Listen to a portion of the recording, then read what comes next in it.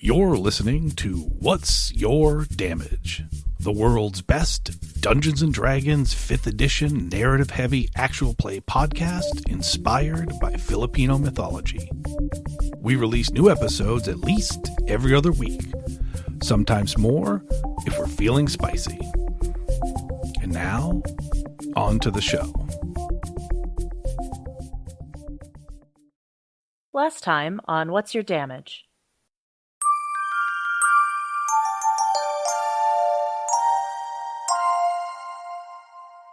You will not come out of this unmarked. Sure.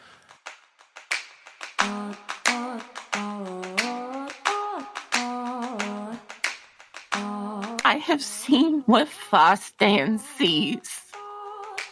Oh, honey. Oh, God, no.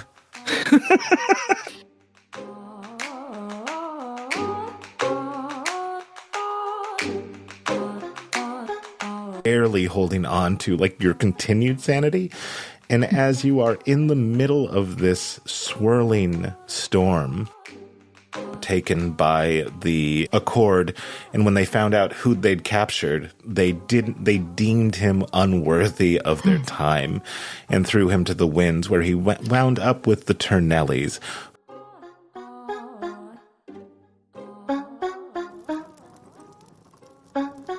Hey, partner, could you come with me, please? Thank you. Oh, he says as you see his little backpack. His very big backpack. You don't see him, but you see his big backpack moving. Seemingly of its own accord, yeah. Yeah. As he is joining Lily to go downstairs, he's like, "What are we doing?" I made up my mind about something while I was out. Oh. So, I need to talk to the group downstairs. And I'd kind of like you to back me up with that, please. Thank you. Okay. Unless you're, like, against it. I'm sure I'm for it. What am I for? Oh, sorry. Bear wanted me to offer them a place in the convocation. Oh, So, yeah. I figure they deserve to know they have an option. Oh, okay, yeah. He says as the two of you head downstairs to talk with the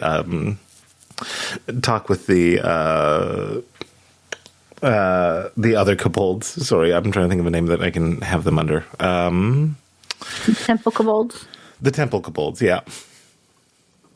As Pearly is, you can see that Pearly is like she is drawing, even though it's like a little bit painful. She's drawing like a little hopscotch thing in the ground, as the others are just kind of enjoying is a strong word, but they are as relaxed as they possibly can be, given that their home just got destroyed. Hey guys. Well, I would say good afternoon. It's probably not that good, but it's an afternoon, so mediocre afternoon to you. And so on to you.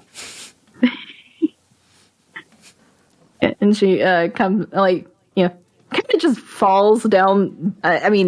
It's the basement, so is it a ladder down or is it like a staircase down? I don't know based on the map. Staircase down. Oh, okay. All right. Just comes like skipping down the staircase, like puts the cake down and drops into crisscross applesauce on the floor.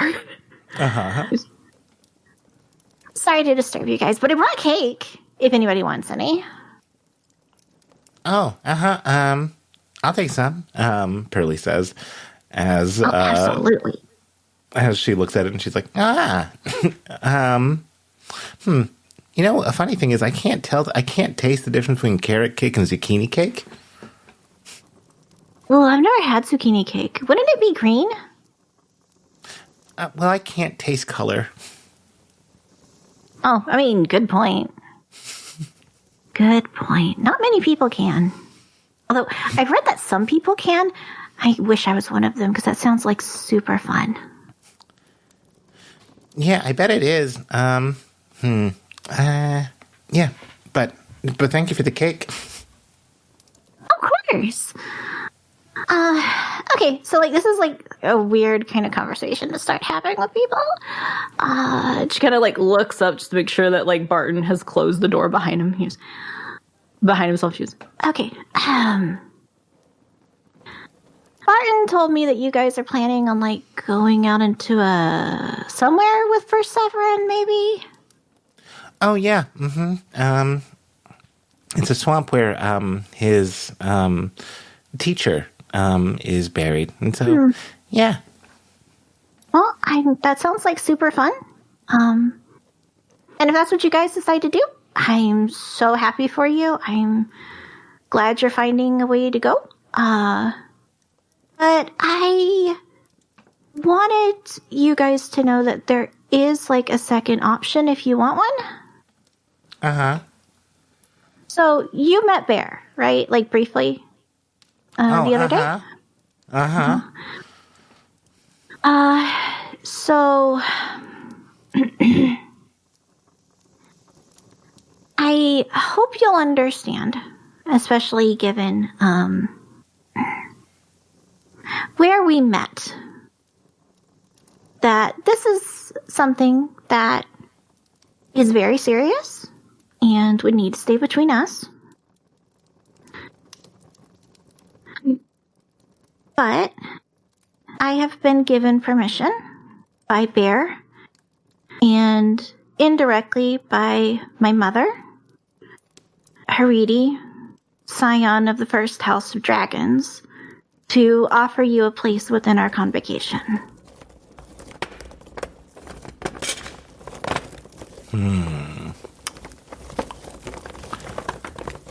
I think for the kobolds who weren't standing or who weren't sitting, let's say like Pearly just drops down like with a little thunk, as literally her hair has been blown back by this. As she thinks it over, Batu is like, wait, the first house? Uh-huh. Like the first, like, Yeah. What we prayed to, or what? Uh-huh. Whoa, he says as his eyes just go large and unfocused.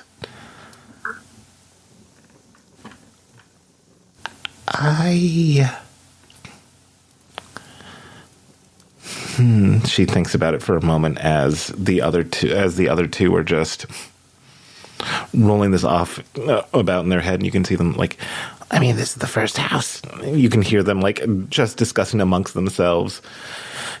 And as they are talking, like you can see like there's like a surge of excitement as at this incredible offer between three of them, as Pearly just remains thinking throughout the entire thing. You can hear them going like, well, I mean, like if it's the first house and it's the first house, and like we would actually be able to like, I mean, like we'd actually be members of the convocation, and oh my god, you know, oh my gold. As Barton, you can see that Barton's a little excited about this idea, like by what he's reading as like happiness at this proposal. Pearly remains pretty quiet through it, just like listening to her companions talk excitedly about joining the first house. And go for it. I think like Lily's going to give them, you know, that time to like discuss, but she's kind of watching Pearly in specific. Before she just kind of leans in, she's like, Are you okay? Oh, I mean, yeah. I mean, this is the she says, this is like the biggest thing that's, you know, ever happened to me at least, and I think the rest of us.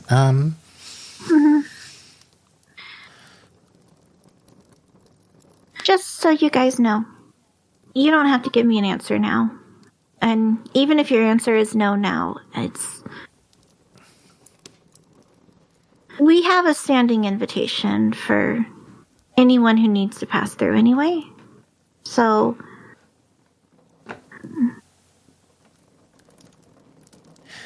there will be a safe harbor for you if you ever need it. Okay, she says as she smiles warmly to you. You can, like, she has all of her bandages on, so you can't really see. You realize that you know that you've never really seen her face, but you can see that the smile is genuine as she continues to think this through. Before the other three go, the other three like migrate over to her to kind of really talk this through. I'm going to give you some time alone. Okay. Plus we have survival training. Barton says, if you're interested in that, I run it. Well, I almost have the badge to run it, but I'm close to, he says as he gets in his head and goes like, we'd be happy either way. He says as he quickly goes up the stairs. Lily just like tries not to giggle at that and follows him after making a curtsy to the group. But as they're coming up the stairs, she's like, wait, you don't have the badge yet? I thought you're like an adventurer with Bear. Shouldn't you be like leading that class? Well, I'm getting hands-on experience with Bear because he kind of, his head bobbles down a little bit. Because I don't know if Bear's going to be, I don't know if Bear plans to be around us very much after, I can't read him anymore. I can't, I don't understand, I don't know what he's thinking. I thought he'd talk to you, but... And she's gonna just, crouch down next to him, upstairs, door closed.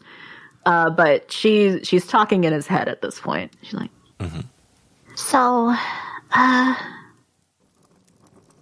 what he told me is that he's kind of making official what's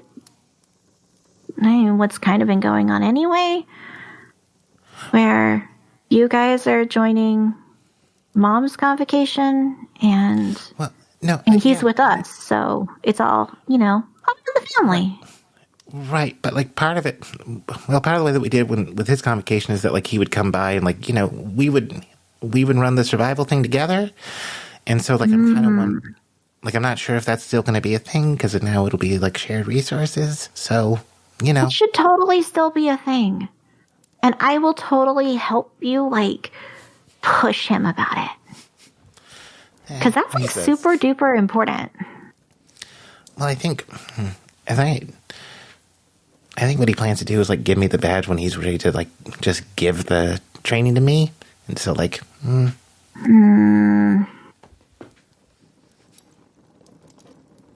you don't want that, huh? I like doing it. I like teaching with him. She nods. But it's something that we can worry about a little bit later. It seems like you have a throat to slit. Well, hopefully I don't have to slit it. I don't really want to, but I will if I have to. Okay, yeah, we'll table it for now. But just so you know, if you need to talk, I'm here. I know, he says with a bright little smile. He says what? He says with a bright little smile. What did he say, though? I think it cut out. Oh, sorry. He goes, I know. Okay, for editing purposes, I know, he says with a bright little smile. Thank you. Nailed it. Got it in one. Well, 3, I think, technically. I think Lily just leans in Whaley leans in, nips him on the arm before getting up. And prancing like back into the room to help with the battle plans.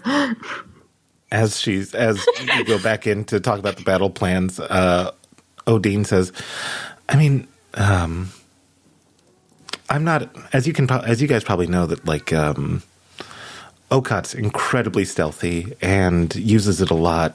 I'm less that way, so if you just need a frontliner who just kind of tanks hits, I can help that way. So I don't know if I would be very good on helping. I don't even know if Verseven would want my help trying to find Talarok, but I'm available to do that too. Well, you also have an actual rogue, so meh. Rogue? Isn't that what Wobbles is? Or is he a mage? Yeah. Well, I'm still trying to remember. He's doing his things. He's doing his things. The thing is, I don't know what we need to do. I don't know what we need to do. I wasn't raised this way, you guys. I wasn't raised to do this. I was raised to be the babysitter. I was the youngest of the kids. Of, like... So, like, Wait, then who are you babysitting? My nieces and nephews. Ah.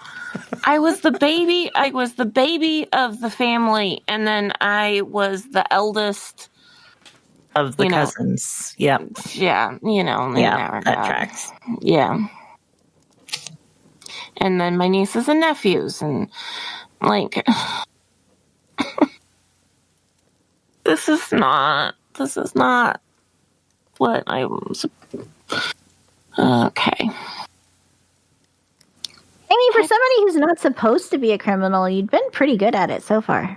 Hey, thank you, Lily. It means a lot.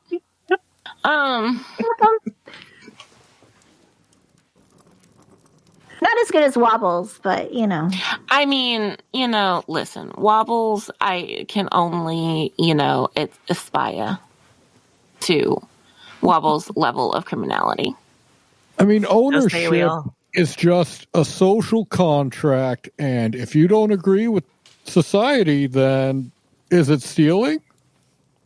Listen, true words never been spoken. That's my buddy, everybody. That's my buddy. I've always thought that possession was 9/10 of the problem. Oh, you know what? I think Rizz will give Rizz will hold out her hand for a fist bump to Wobbles and then to Odin. I like both of you guys. You guys are great. I mean, yeah. What is... Well, let's start with what we know. What do we know? That Ruga is a traitorous bastard. Okay. And we want to kill him? Yes? Yes. What would be the best way to do that? Well, it's going to be really hard to sneak in to Turner Lane. Because that's his home turf, and he is going to have that on lock. Mm-hmm. Can we draw him out in some way? Potentially. Okay. Does anyone else want to kill him? Who are his enemies in this scenario? Prison company excluded. I mean, he is tied to, well, I mean, for all intents and purposes, he is, the hound of the Carbonis. So he has a fair amount of enemies, I would quite imagine. Not a popular guy. Nah. Anyone else who would take this betrayal personally or not that could get would anchor them as well? I don't know. I'm just wondering what other allies you might be able to gather for this. Not anyone. It comes down to you. Yeah. Is killing him the only way to stop this act of betrayal? And will it stop it? There's not. Forgive my ignorance of the situation, but would taking him out one way or the other stop it? Or is there other people who are going to just pick up the mantle? Severin, you work with people like him. You've done this your entire life. What do you think? I don't know the specifics of this situation. And yeah, my whole life has been killing people like him on the orders of other people. Mm-hmm. I've been trying to follow a different path. I've been trying to find other solutions for problems that don't involve taking their life. All right. I don't have an answer for you here. I was just hoping maybe there was some other angle to come at it. If you can provide me with another answer, then putting down the Hound of the Carbonis to stop him from betraying my family and probably wiping them out, I am welcome to hear it. Otherwise, I am going to do what I have to do to stop him. Because I am not a good person. I do not come from a good family. We kill, and we murder, and we steal, and we do horrible fucking shit. And this is the person that you decided to make the fucking leader, okay? Hey, I'm not telling you not to kill the guy. I was just wondering what our options were here. Well, my option right now is that the Tarnellis have Rico. They are not happy to have Rico. They were hoping to have me. So what if we just go in and plant a little worm in their ear that they can find the long-lost daughter of the Carbonis on Turner fucking Street and have them launch a full-scale attack on Ruger themselves, and then we just watch and let it all fucking burn. How about that? And then we go get my brother, and we go to Baspinell. I like this plan. Lily raises her hand. Yeah, Lily. And I should note that since Rizz gave her little speech about how terrible her family is, her face has been doing several things. Mm-hmm. Okay, so first of all, I see where you're going with the whole Tarnelli thing. I just don't understand why they would move by tonight. Because we kind of have a time limit on them doing what they're gonna do. That said, Because, well, if we let them know that I'm there and they're going to move me out by tomorrow morning, they would have precedence for moving tonight. okay, sure. Is your family really this bad? Yeah. Look, my family, Because I know they're your family and all, but they're criminals. We're criminals. We're criminals. We run rackets. We have fronts. We have hands in every, business on for, every corner of the street. Like, we own a huge chunk of town. We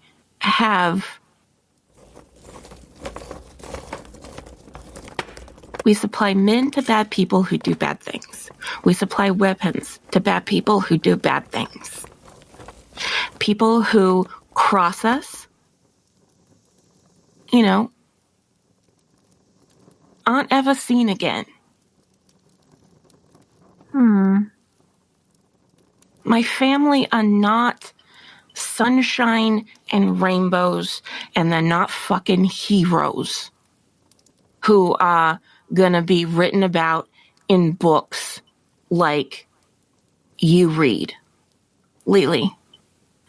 Okay, we're not that.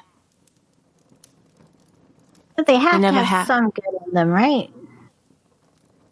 Because otherwise, look, you're not like that.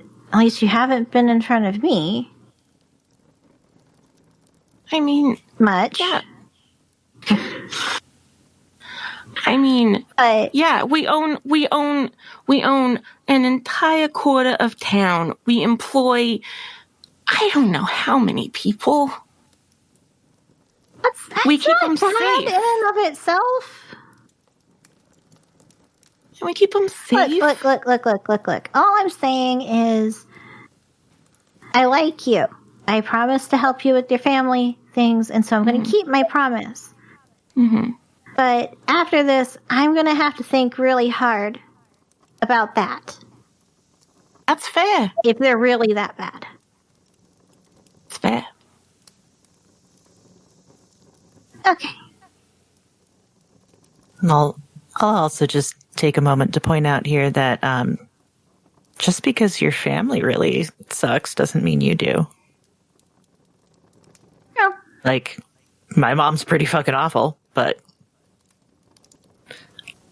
I don't think I am. You get to be whoever you decide you are, I guess is what I'm saying. Yeah, that's why I fucking left. You think I didn't want to fucking stay there and get married off to some person that they decided that would be a good match for me, and that I would pop out, another 10 babies to run around and be a good little wife for them. I didn't want to do that. That's why I left in the first fucking place. And then I got taken and kidnapped by a bunch of fucking hags who decided to torture and murder me for a fucking year, and now I'm here, okay? Doing I don't know what. Saving this family. Yeah, I'm fucking saving this family. Fucking what? I don't even know. But... because they're family. Yeah, so I gotta do what I gotta do, because I can't let my dad fucking wither away and die because I disappeared for a year. And I can't let Kai shoulder every damn burden because Dad's not doing anything, and I don't even know about Ma. And now Rico's, I think, alive, and I think whole, and I fucking hate his guts, but I can't let him fucking die for no good reason. And Ruga is a fucking asshole who is gonna not turn my family to fucking ashes. So I'm gonna do whatever it fucking takes to keep all of that from fucking happening. And if I have to go in there and fucking rip his head off with my bare damn hands, I will do that, whether you guys go with me or not. So, Who said we weren't going with you? Don't know. Look, Hey, Rizz, it's okay. You're dealing with a lot. We're here for you. We've got your back. Just tell us what you need from us. I need a plan to get Rico. Okay. And I need to keep need to keep Rugoff from doing whatever the fuck he's gonna do to the family, and I need to get to Bassvanel, and I need to tell Kai what the fuck happened. Okay. Those are the things I need to do. Okay. Well, let's take it one step at a time, all right? So, you said you know where they're holding him, right? Oh, yeah. Yeah, I do. Okay. Hey, So- you'll love this, Lily. Huh? It's Huckus Cavell. It's a fucking bakery. I fucking knew it! I'm looking for a bakery all day. And this is how I get to go. But you swore. She said a bad Huh? She said a bad word. We found a bakery. Good news, bad news. No cupcakes for swearing Lily. She's just like gonna whine her way into the kitchen, like trying to make another swear jar. She doesn't know where hers is. Right? And as she's going, she's like, Cupcakes and sugar and confections and all the things that are spicy and weird and wrong and gumdrops and okay. So you know where he is. He's in a bakery. We go there, we tell them where you are, and then we keep watch until like they leave to go do whatever they're gonna do to the stupid Rugar. And while they're gone, we go into the bakery and we get Rico. Mm-hmm. Does that sound like a plan? Yeah. Works for me. And then I guess we have to go to Turner Lane and like see what happened or something. I don't know, but after that, I think we can leave town. Is it worth splitting up? Maybe we send Verseverin and Odin to keep an eye on what's happening with Rugar? Or are we going to get us all at the bakery? I don't. I kind of know everybody's face, though. Yeah. Except like yours and Odin's. Well, looks like it's me and Odin going then. What do you say? Oh, yeah. Yeah. Makes sense that we would be the one that nobody knew. Mm-hmm. So, do we want to dress up or do we want to keep looking like the way that we do?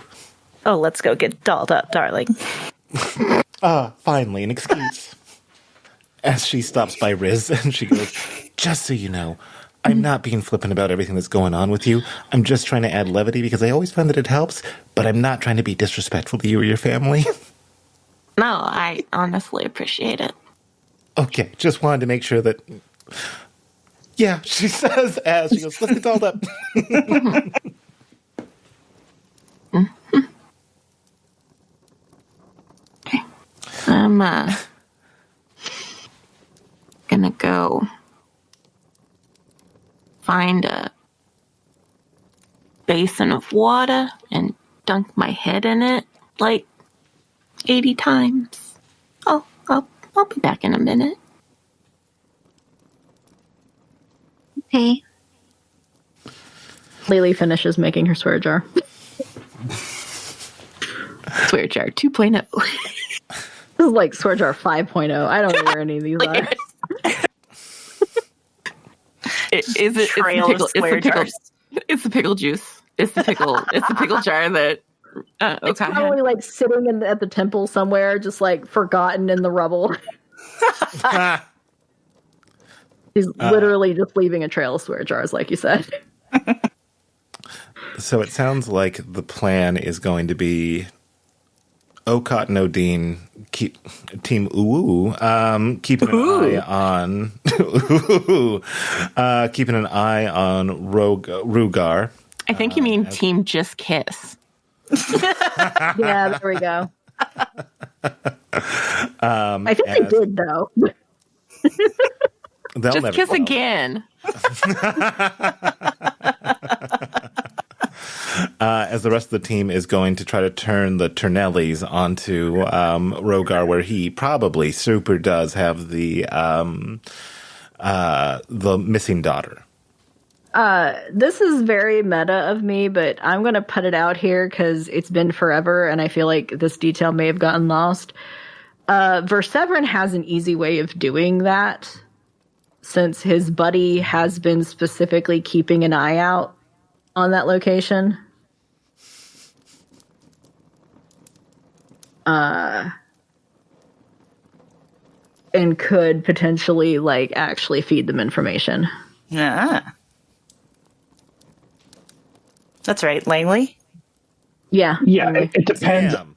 I had been avoiding him specifically because he is with the Carbonis and was not keen on me talking with Tika Marina and all that kind of stuff. So I don't know how the politics of that have since shaken out after this. Verseverin was like, well, I'm going to be leaving town one way or the other, so this doesn't matter. We're here a lot longer than he was expecting after all that. So, you know, that could be good. That could also be terrible. I as a player and as a character, I do not understand the politics of the situation.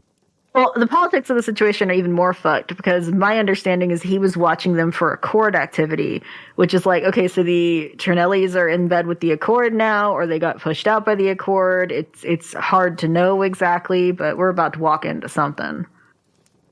Yeah, I mean, I can go have the conversation for sure. Yeah. I mean, that's up to Verseverin if he remembers. I was just like reminding. I knew, and I mean, as a player, I knew as well. I had been thinking about him a lot in terms of, is this going to fuck me over? I mean, yeah, because the bakery, every time we talk about the bakery, I was like, well, I know one bakery this guy's been keeping an eye on. But then also, like, he hasn't come back in narratively, so I wasn't sure if it was something that I should, rope back in. But I do appreciate the heads up, because I do think it is tactically something that's worth discussing here for the, all of the plans. Mm-hmm. All the plans. All the planning. Yeah, but I think that is a super interesting way to approach this. I do like this idea of, like, what if we just sick them on each other? Like, it's a lot of fun. Yeah, so where we have it right now is the possibility of roping Langley back in. Although this might be a man who's double-crossing everybody, so you don't know if... one of my favorite moments was Langley and Verseverin. He goes, do I really seem like the type of guy that would stab you in the back? He's like, yeah, of course you do. I know who you are. That's why I like you. I mean, the other concept I was having here was that Verseverin himself goes in to try and sell information. But, he's the only one I can imagine getting away with that. Right. Well, yeah, especially because when he left things with Langley, it was kind of like, I'm not sure if I am made for this life. Going straight. And it might be a way to be like, yeah, I am the worst. I still am the worst fucking man, I also got to ditch the flower staff, but I like the aesthetics.